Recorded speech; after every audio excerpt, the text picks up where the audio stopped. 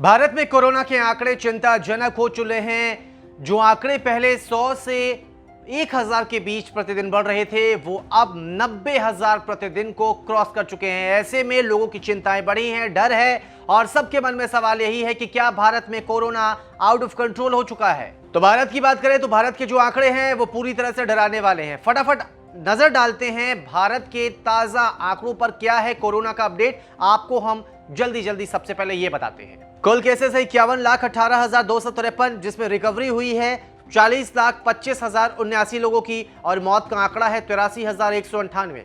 भारत में कोरोना के जो भी मामले सामने आ रहे हैं उसमें सबसे ज्यादा परेशानी बनी है 5 राज्यों से आने वाले आंकड़े को लेकर। ये वो 5 ऐसे राज्य हैं जहां से जो केसेस आ रहे हैं वो 60% ऑफ टोटल केसेस है। वो राज्य कौन कौन से हैं आपको हम सबसे पहले ये बताते हैं। वो राज्य है महाराष्ट्र, कर्नाटक, आंध्र प्रदेश, उत्तर प्रदेश और तमिलनाडु। तो ये वो 5 राज्य हैं जहां पर कोरोना के जो कुल आंकड़े देश भर में हैं उनमें से अकेले 60% यहां से आ रहे हैं। इसे आप दूसरी तरह से समझें तो मान लेते हैं कि पूरे देश में कोरोना के आंकड़े 100 हैं, तो उन 100 में से 60 आंकड़े जो हैं वो सिर्फ और सिर्फ इन 5 राज्यों जिनमें महाराष्ट्र, उत्तर प्रदेश, तमिलनाडु शामिल है, यहां से सामने आ रहे हैं। यहां के जो आंकड़े हैं वो बेहद डरावने हो चले हैं और इसे लेकर चिंता जाहिर की जा रही है और सवाल भी उठ रहा है कि आखिर क्यों इन राज्यों से आंकड़े ज्यादा आ रहे हैं। इसके पीछे वजह क्या क्या हो सकती है, पहले हम आपको यह बताते हैं। वजह हो सकती है कि ये राज्य बड़े हैं, यहां की जनसंख्या ज्यादा है, यहां पर टेस्टिंग ज्यादा हो रही हो, या फिर कोरोना को लेकर यहां पर लापरवाही बरती जा रही हो। इन 5 राज्यों की भी अगर हम बात करें तो सबसे ज्यादा जो चिंता वाली बात है इन 5 राज्यों में महाराष्ट्र को लेकर है, क्योंकि महाराष्ट्र में जो एक्टिव केस के रेट हैं वो बहुत ज्यादा हैं दूसरे राज्यों की तुलना से हम करें तो। इसीलिए सबकी चिंता बढ़ी है, चाहे महाराष्ट्र सरकार हो चाहे फिर केंद्रीय स्वास्थ्य विभाग हो, सब तरफ बस यही चिंता है कि आखिर महाराष्ट्र में इतने एक्टिव केसेस क्यों हैं। हम आपको पहले बताते हैं कि एक्टिव केसेस इन 5 राज्यों में क्या है। महाराष्ट्र में एक्टिव केस है 29.5%, कर्नाटक में है 9.9%, आंध्र प्रदेश में है 9.4%, उत्तर प्रदेश में है 6.8% और तमिलनाडु में है 4.7%।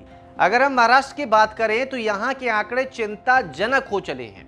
9 से 15 सितंबर के बीच की अगर हम बात करें तो सिर्फ महाराष्ट्र में 409 लोगों की मौत इस तारीख के बीच हुई है और ये कहीं ना कहीं डराने वाली स्थिति है, क्योंकि अगर इतनी ज्यादा संख्या में कोरोना से लोगों की मौतें हो रही हैं किसी एक राज्य में तो कहीं ना कहीं ये सोचने वाला विषय है कि आखिर ऐसा क्यों हो रहा है। खैर, ये बात हुई महाराष्ट्र की।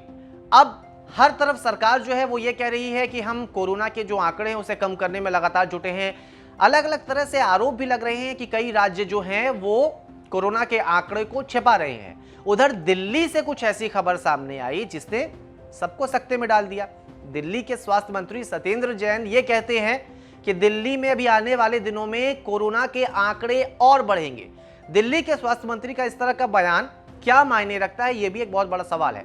दरअसल इसके पीछे उन्होंने तर्क ये भी दिया है कि हम ज्यादा से ज्यादा संख्या में टेस्टिंग करा रहे हैं और अगर टेस्टिंग होगी तो जाहिर तौर पर जो केसेस हैं वो ज्यादा सामने आएंगे, इसलिए संभव है कि आने वाले दिनों में दिल्ली में और भी ज्यादा कोरोना के आंकड़े बढ़े।